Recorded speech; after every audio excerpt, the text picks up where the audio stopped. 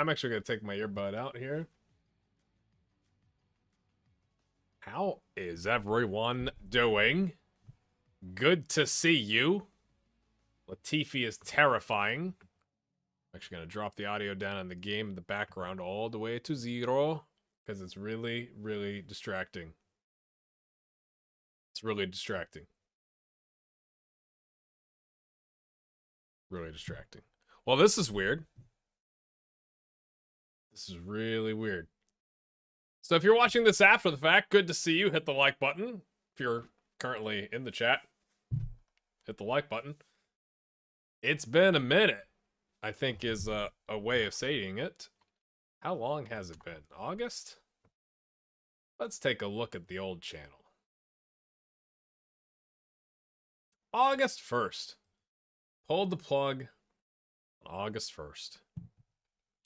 It's October 30th by my count. That's pretty much 3 months. 90 days. It's good to be back. It's weird though. Like getting all this set back up. I'm like, I don't know what's happening. So I thought leading into the Grand Prix, the Mexican Grand Prix this afternoon, we'd have a little fun. We'd do some F1 Manager with Valtteri Bottas, Alfa Romeo. See if we can start off strong there. The reason I had Williams popping up in Latifi is I've been playing with Williams just to get used to the game. F1 Manager, a very flawed game. Lots of negative press like in the last 2 days because they've announced like they're essentially not going to support FM22 any longer. Or F1 Manager 22 any longer. Sorry, F1 22 is the one where you drive. So quite the unpopular decision, I think you could say.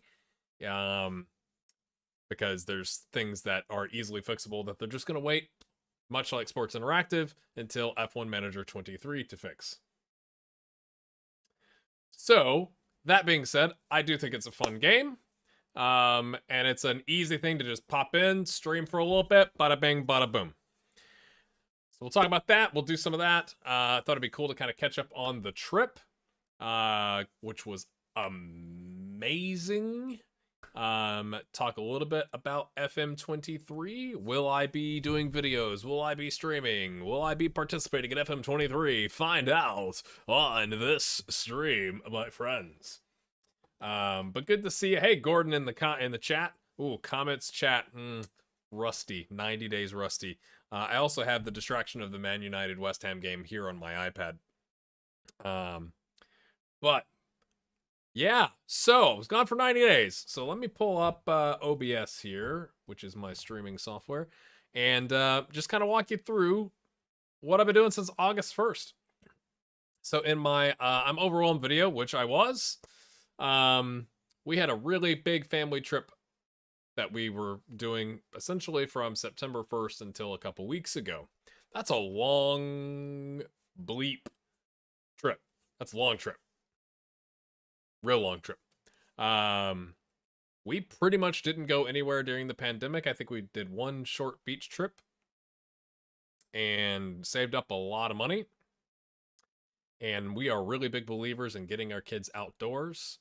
And I really wanted them to see there's so much. Ooh, stretch. Oh, soapbox coming. There's so much on the internet and in the news about how everyone is terrible and you on this side and you on that side and everyone's crap, which is mostly true. But there's a lot of people not on these fringes. This middle section. We tend to find ourselves in this middle section as a family. And we wanted to show our kids the United States and the things that aren't just big cities. We don't actually live in a big city, but you know what I'm saying? Like, there's important parts of the country that flyover country is what we call it. Pretty much the entire Midwest, which is mostly cornfields or soybean fields or cattle pasture, where it's like a house like every 6 miles if you're lucky, right?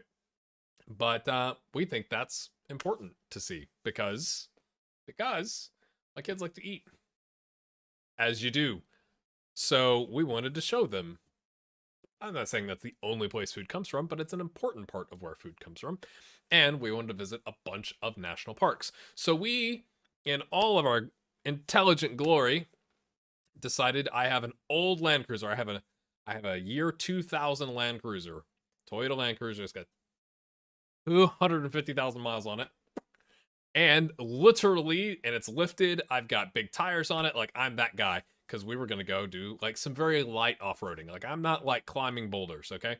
And we were going to go do that. And literally, the night before the trip, like, the afternoon, I went and got my brake fluid changed in the truck. I'm driving home, and I start hearing a rattle from the front left of the car. And, hey, lock. And the suspension on my front left tire, the suspension, there is a component called an upper control arm. This is probably too much information, but sorry, my chat is on this screen. But I'm going to tell you anyway. So the upper control arm, if you have a tire, if you're looking at the front of the car, okay, and you have a tire, a lot of cars just have a lower control arm, which looks like this. You know, there's like 2 joints, and it connects to the hub, and that keeps your tire connected to your steering. Well, mine has one here, and then one here. That's an aftermarket part. And they're connected to the car with a thing called a ball joint, which is a piece of metal with a little stick on it that goes in a little socket, right? And it moves around when you turn.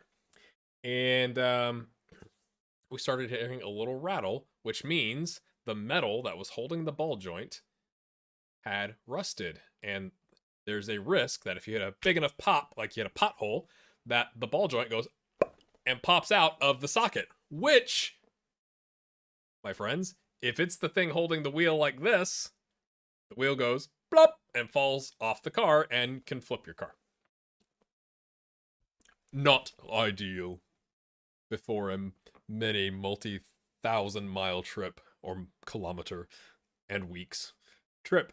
And the bad news was it is because my truck is lifted, it's an aftermarket part that you can't just like go to AutoZone and like in a panic, you know, replace. It's like you have to order it, and it probably takes like 3 or 4 days to get in, and you have to find somebody to install it. Then you need an alignment. It was a whole thing.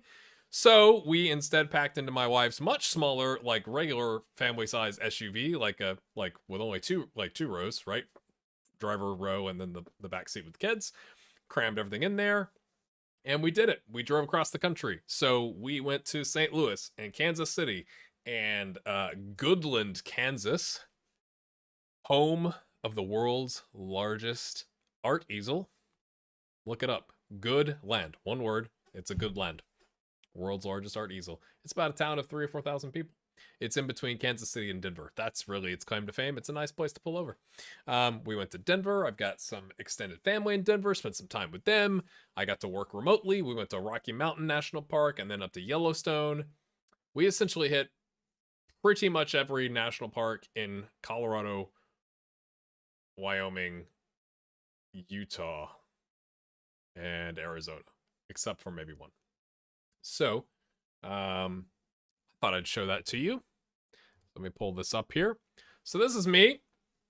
I feel like I need to justify why I took 90 days off. So August 1st, I'm overwhelmed. I don't know what I'm going to do, and we're trying to plan for this trip. And then we left on September 1st, which I was trying not to just broadcast to the internet that I was specifically leaving on the 1st. But we left on the 1st, and we were gone like 5.5 weeks. Now you're like, that's a crazy amount of time. I was able to work remotely. I didn't just take 5.5 weeks off. To be clear, I didn't win the lottery, at least not yet. I may play tomorrow because it's up to $1 billion, and I know it's a bad idea, but who cares? So I feel like I have to justify, hey, where you been? It was amazing, relaxing for the most part, even though like my kids were amazing on the trip, even though they were stuck in the back seat. We got to Denver, we bought one of those roof cargo boxes thing because like literally it was like my kids and all the stuff in the back seat. Like they were like sardines. It was unbelievable. So, this is in Rocky Mountain National Park. This is probably about 11,000 feet above, sea level. 11,000 feet. And we eventually got up to, because I have my Garmin watch with a whatever GPS thing on it. We eventually got up to 12,000 feet. Unbelievable. Like you like literally drive through the clouds to get to this point. So like you think, oh man, this isn't gonna be nice. But when the ranger station at the base is like, no, it's sunny and beautiful up there, you gotta go. You just keep going. The only thing I would say about Rocky Mountain National Park, if you do this is called Trail Ridge Road. Like my car is, okay, the way I am looking, uh, towards you, I guess, but not down the hill, the other way. The road is probably about 100 feet. Um, no guardrails. No guardrails, single lane each way. If you happen to have a mechanical failure, this part doesn't look so bad. Like, you probably eventually roll to a stop if the car started to roll, but there are some where it's like you're dead. Like, you're going all the way down the mountain. All the way. And I'm like, I literally cannot believe that they do not that they don't that they how are there not guardrails is just my question. But unbelievable. So like you poke up and all of a sudden like the air is obviously very thin at 12,000 feet above sea level. You're above the clouds. It's windy, but unbelievable. All right. I had to find photos. I haven't curated all my photos yet. That's a personal thing. I'm very bad at photo management. So I had to find photos that didn't involve all my family. So then we drove to Yellowstone. This is like classic Yellowstone. Trying to like get a little artistic with my camera shot here. Get the buffalo in the water. Walking right in front of the car. Absolutely gorgeous. Then we drove down to Grand Teton National Park. This is probably not the best photo I've ever taken in my life, but it's one of like I have a series of these, and this is one of those things. This is a beautiful thing. So between like Yellowstone and Grand Teton, like you drive from one to the other, like they are essentially connected. And my daughter got deathly ill the day we left for Grand Teton. Death, like everywhere. Okay. And so my wife is like the family nurse because nobody wants daddy, everyone wants mama. And we eventually had to take her to the clinic at the lodge, and like they got her taken care of and it was fine. But my son and I needed something to do. And it was kind of one of those like rainy days. If you don't know Grand Teton National Park, Grand Teton is essentially there's 3 Tetons, mountain range, beautiful. And it was kind of rainy. And then like we got our rain jackets on with our camera gear and whatever. We're like, let's go. It's like a, I don't know, 2-mile hike.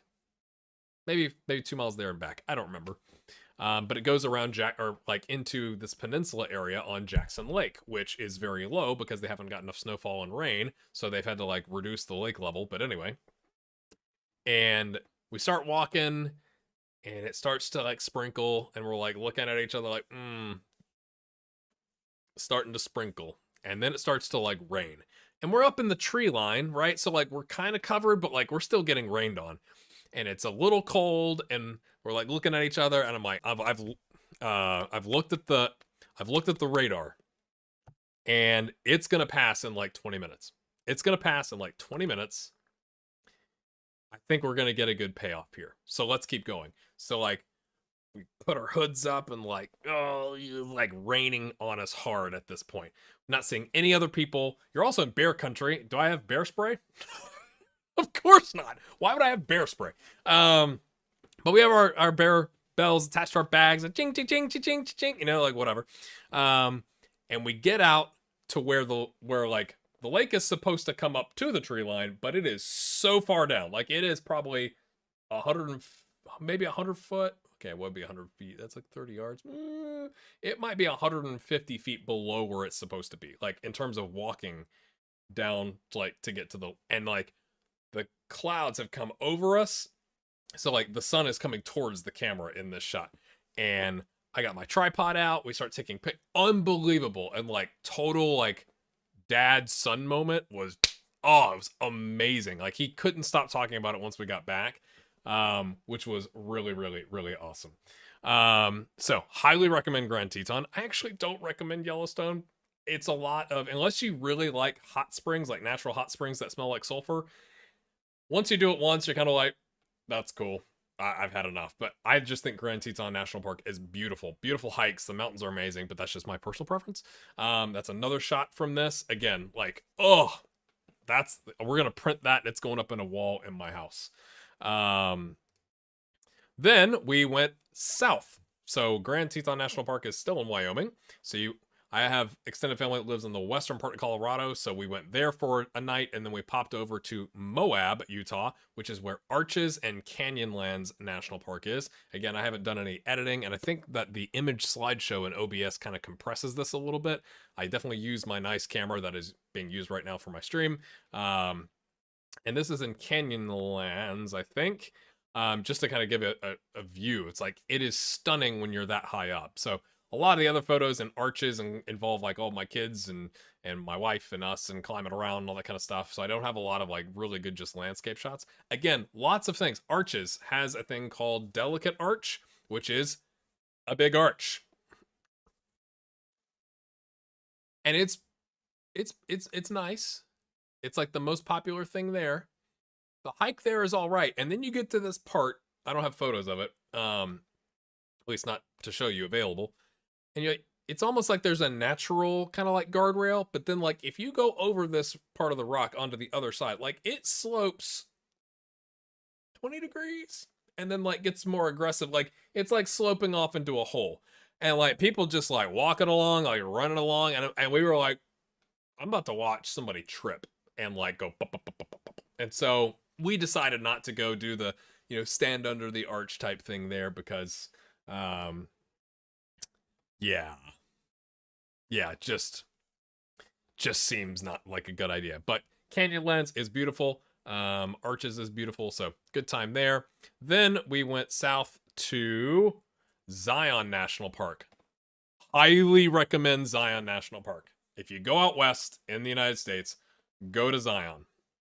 So Zion is in a canyon.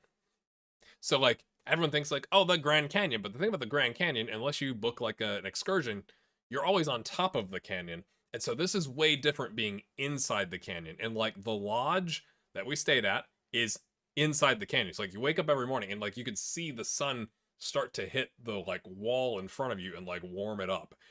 Absolutely stunning.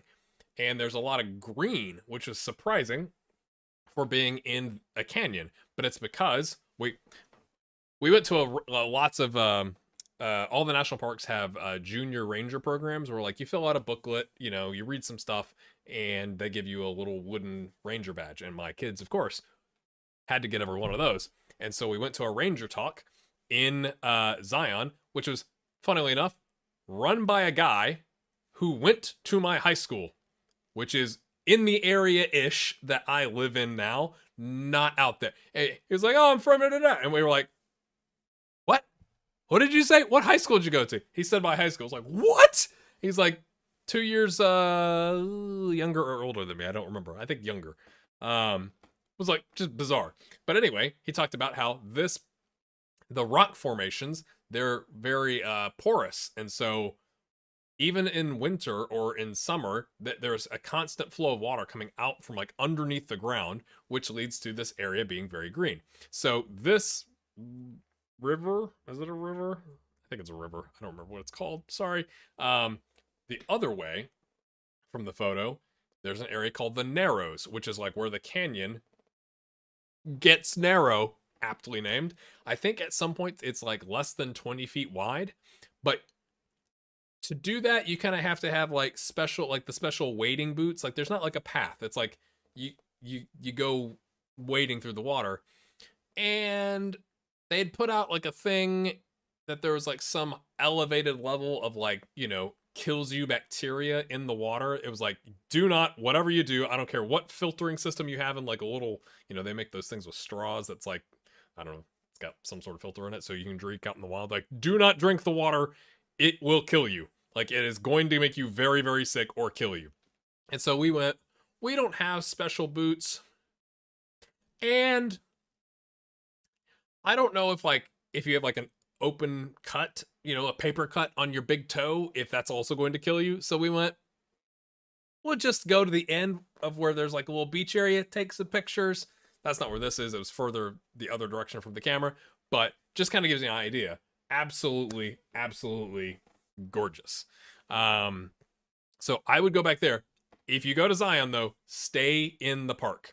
Okay, so like in Yellowstone, we stayed in the park because Yellowstone is gigantic. I just wouldn't have stayed as long. Okay, so Yellowstone we paid in the park, stayed in the park. Grand Teton we stayed in the park. Zion we stayed in the park. We didn't stay. You can't stay, I don't think, in Arches or Canyonlands. So we rented an Airbnb outside of it, but we stayed. So Zion in particular, there is, from the direction almost everybody comes from, there's one entrance. And we made the mistake one morning of going out to get breakfast, and we came back and it took 45 minutes to get in the gate. Like, that's how long the car line was. So, like, if you go to Zion, book in advance, stay at the lodge. All of the national park lodges are, because hashtag capitalism, the government just puts it out for contract, and in my opinion, not the most customer service companies win the contract. So it's pretty basic. Like, it's, you know, it's all right. It's all right. The one in Yellowstone was could have been better. But it saves you from sitting at the entrance at 8 a.m. for 45 minutes and missing, you know, lots of the cool look of the canyon and all that kind of stuff. So, okay, Zion. Then we went to the... Where would you guess this is, chat? Let's get some interaction going. I will tell you. So Zion National Park is in southwest Utah. Okay? This is south of that. Where could we be?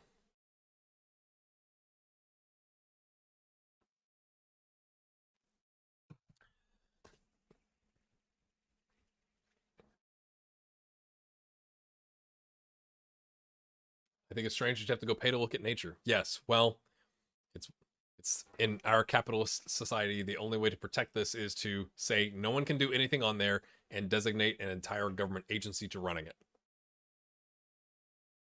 Can you borrow this picture for your linguistic... Absolutely. Outside Dalsted in Sweden. Okay, so you're seeing lots of birch trees, right? I think they're birch trees, although they might be called something else. So when you think North Rim of the Grand Canyon, is this what you think?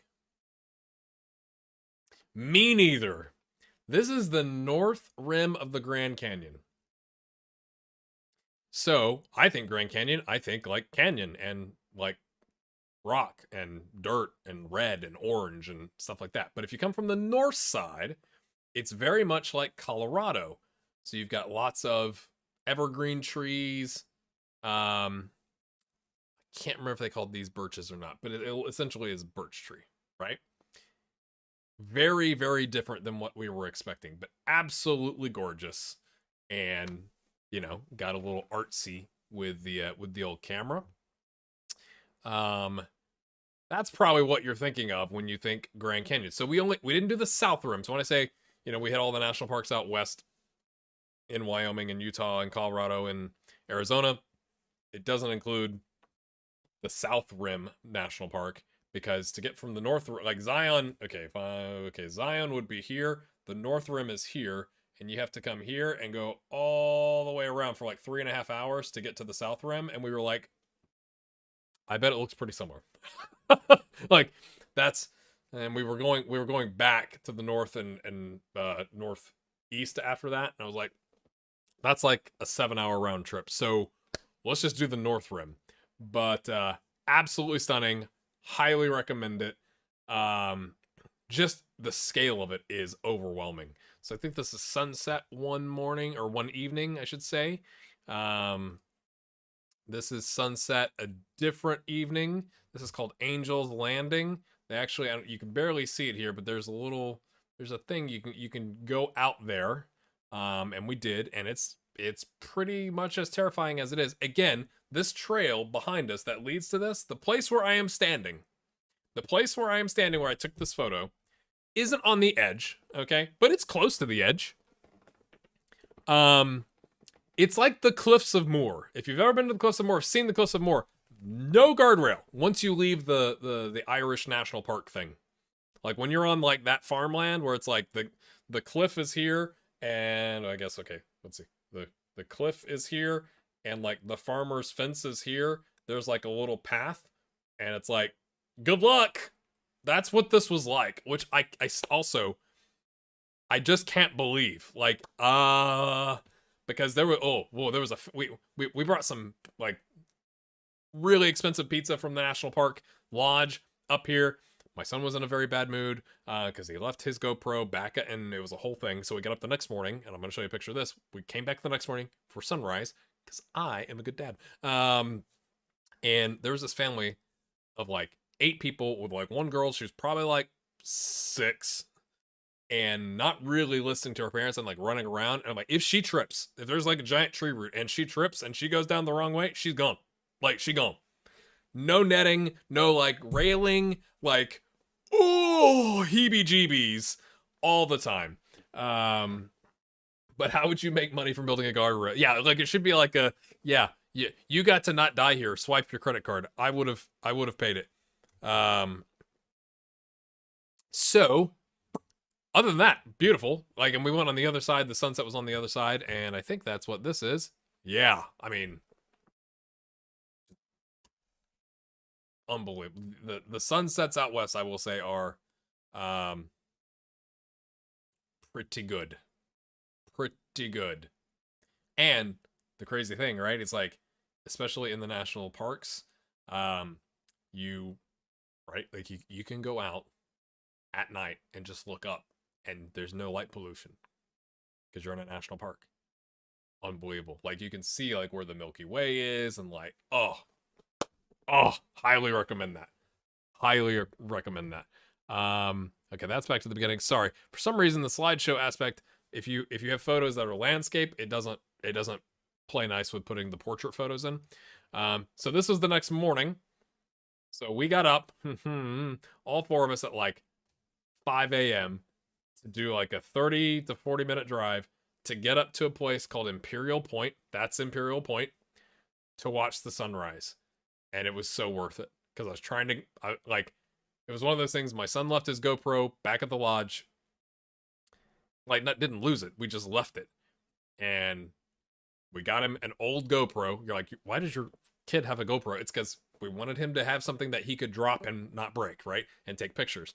It's not the best. It's a GoPro 8, I think. Or Hero 8, or whatever it's called. But he left it. Didn't get to take any sunset photos and was in a real bad mood about that. Like, tears as a whole thing. And I was like, we will get up. If everybody gets up, I will drive us to go see sunrise. And so it was freezing. Like, unbelievable, though. We were one of 4 cars up at Imperial Point to watch the sunrise. And my wife and daughter stayed in the car because it was cold. And my son and I went out on the little thing and froze together and took all sorts of photos, which I haven't even had a chance to go through, but this is one I took on my phone. So I could easily show it to you. So that was cool. And then the last thing that I have photos of, oh, I'm clicking the wrong button. There it is. We went to Page, Arizona. I highly recommend you go to Page, Arizona. Not for as long as we did. I had a friend that I used to work with that lives in Phoenix that drove up with her 2 kids and her sister, and we hung out for like an entire weekend, which was awesome. But there's not a whole lot to do in Page, Arizona. But there is a slot canyon, which is a canyon that at times, like, you could reach out and touch the sides of the wall, to kind of give you an idea, called Antelope Canyon. And this isn't the best picture, but it's the one I had most immediately available to show you. Can you hear the garage door? It's been a while since we had the garage door. But it's on Navajo Nation land, so you have to have a Navajo Nation approved like vendor that does tours. There's only like 4 or 5. We got one. They drive you in the back. It was like a safari truck, which was unexpected. Like, and it's like not paved roads. Like, once you get off the paved roads, it's like dirt and sand kicking up in your face. But it was an adventure. Kids were laughing the whole time. But walked through this canyon, and like, she was an expert in like, okay, with your iPhone, you got to take the photo. You click this, you bring the brightness now, you do this, and like, you can see, like, they have different things. It looks like one of them looks like a chief, like a Native American chief, and like, it doesn't do it justice with this color, but like some of the colors as the sun comes through the canyon, unbelievable. So we did that. We went back through Santa Fe. And I got an old coworker that lives in Oklahoma City and stayed with him for a good bit, and then went to Hot Springs, Arkansas, to a national park there, which is not in a place where you have to go through a gate. It's like part of the city, which was kind of weird. We were like, where's the gate? And then back home. So that was our trip. That's where we went for 5.5 weeks. I was able to work again remotely in my new role. And because we homeschool our kids, that was an education. What I just showed you was an education. So unbelievable time. So that's where I've been. And I know it's already 2:00. That's like 30 minutes of me rambling. So people are gonna be like, I thought we were doing Valtteri Bottas. But that's where we're at. So, let's see. Okay. Let's talk about F1 Manager and FM23. So, what is kind of depressing to me at this moment in time is that, like, there just doesn't seem to be very many. It would be too much to say, oh, there's a spider crawling on my light. I can't do anything about that right now except watch the shadow and panic. There doesn't seem to, moral is too harsh. There doesn't seem to be many. Is ethical less harsh? It just seems quite poor.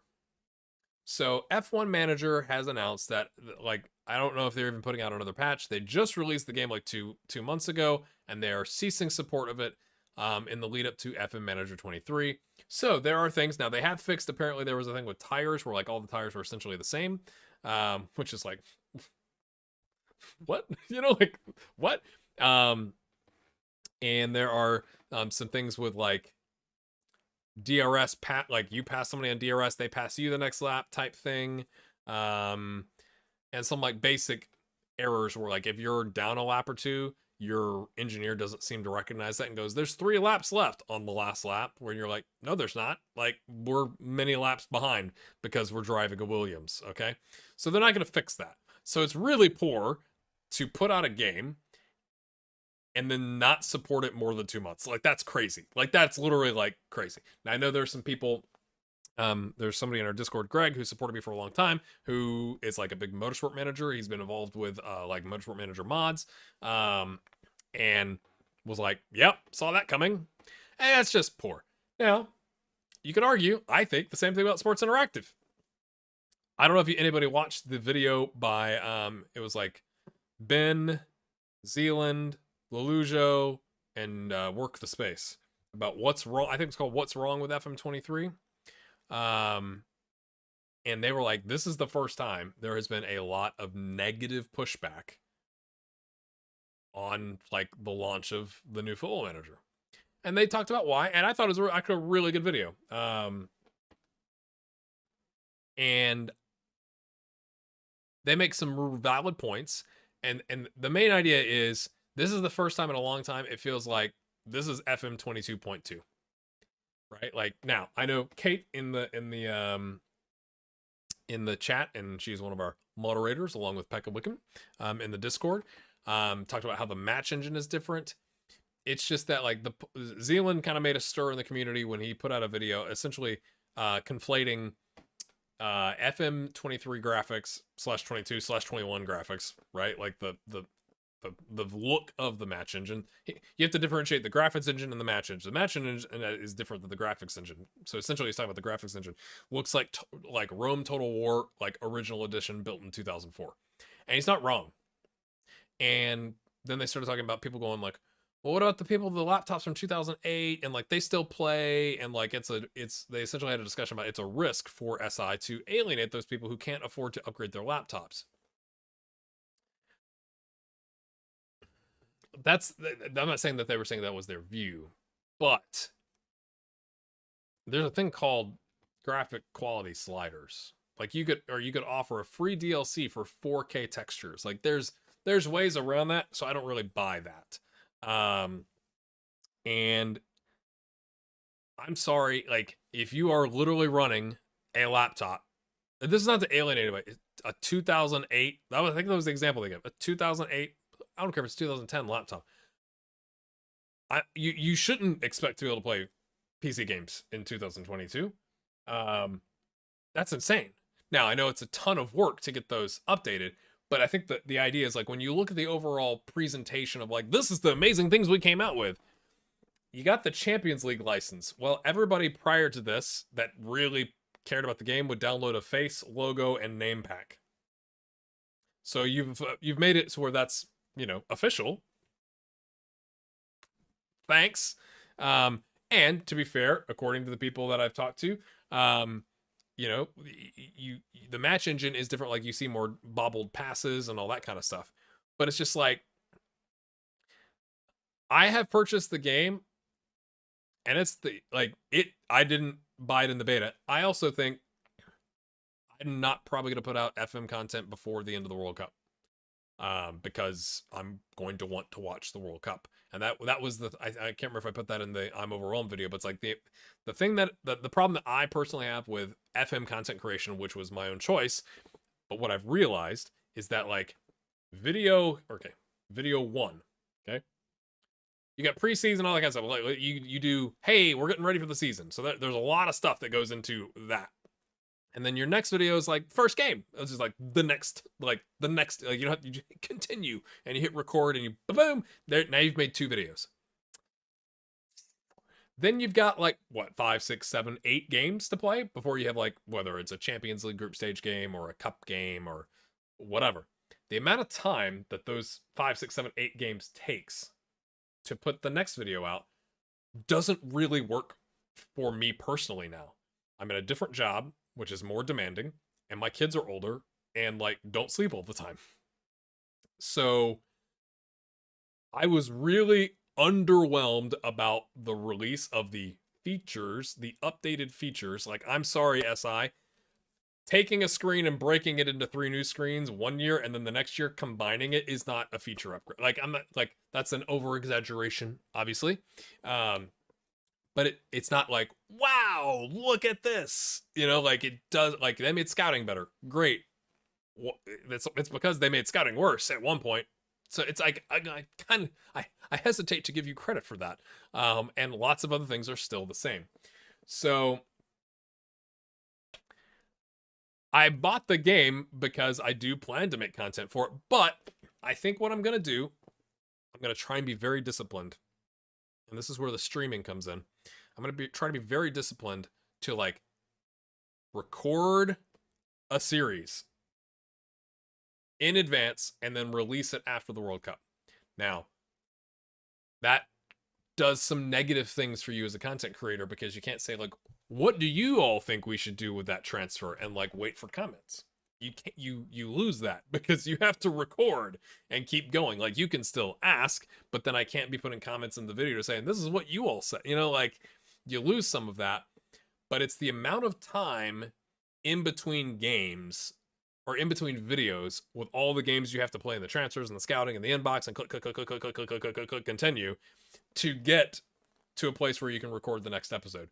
That hasn't worked for me. So it's either stream it or record a series in advance. And so I'm going to try, I think, recording a series in advance so I can get back at like it. The only thing that got me to buy the game, honestly, was is